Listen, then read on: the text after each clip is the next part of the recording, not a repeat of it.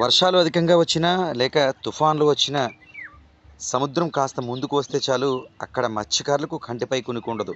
ఇంతకీ ఎక్కడ అనుకుంటున్నారా? మన కాకినాడ జిల్లాకు సంబంధించి ఉప్పాడ సముద్ర తీర ప్రాంతంలో మత్స్యకారుల కష్టాలు ఇవి. దాదాపు సముద్రపు ఒడ్డున వేలాదిగా మత్స్యకారులు జీవనం కొనసాగిస్తూ ఉంటారు. అయితే ఎప్పుడు తుఫాను వచ్చినా వారి నివాసంలోకి సముద్రపు నీరు వచ్చేయడం, అలాంటి సమయంలో తీవ్ర ఇబ్బందులు పడుతున్న పరిస్థితులు వీరికి సదామామూలు అయిపోయిందంటున్నారు. ఒక్క వర్షాకాలం అనే కాకుండా పౌర్ణమి అమావాస్య పర్వదినాన సముద్రం పొంగిన ఇదే పరిస్థితి నెలకొంటుందంటూ మత్స్యకారులు పేర్కొంటున్నారు.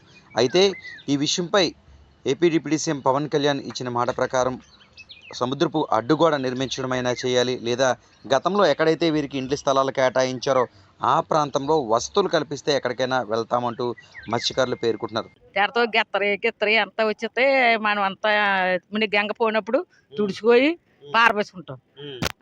ఇంట్లో కూడా నీరు వచ్చేస్తుంది. అవి వచ్చేసిన అందాక ఇల్లు రోడ్లు బాయిలేవు అక్కడ. ఆ నుంచి ఇక్కడ ఉంటున్నాం. అవి అక్కడ అయిపోతే రోడ్లు మేము పోతాం. ఇల్లు అదే ఇప్పుడు నీరు వచ్చినప్పుడు ఏం చేస్తుంటారు? మన ఇంట్లో సామాన్లు ఉంటాయి, పిల్లలు ఉంటారు, ఎలా పోతాం. అవి అండిపోతాం. అవి అండిపోతే గంగ పోతుంది కదా, అప్పుడు వచ్చి ఆ పూడది వండుకొని తింటాం. సామాన్లు అవి పాడైపోతాయా, అలా తీసుకెళ్ళిపోతారు? ఇంట్లోకి వెళ్తా నీడి గుమ్మాలోకి నీడు వచ్చేస్తే ఆ నీడి తుడుచుకొని అన్ని శుభ్ర చేసుకొని అప్పుడు అన్నం వండుకొని తింటాం. ప్రభుత్వం మీకు వేరే చోట ఇల్లు కేటాయించిందా? వర్మ ఇచ్చాడు కానీ రోడ్లు అవ్వలేదు అక్కడ. ఆ రోడ్లు అయిపోతే అక్కడ ఆవిడ ఎవరేసేది వంకాయ గీత వేసింది. కరెంట్లు వేసింది. బుడ్లు గిడ్లు ఏవి వేయలేదు, రోడ్లు అవి లేవు. అక్కడ అన్ని శుభ్రం అయిపోతే అక్కడ పోదాం అంటాం. ఒకవేళ గట్టిగానే ఆడిపోతే ఇక్కడే ఉంటాం.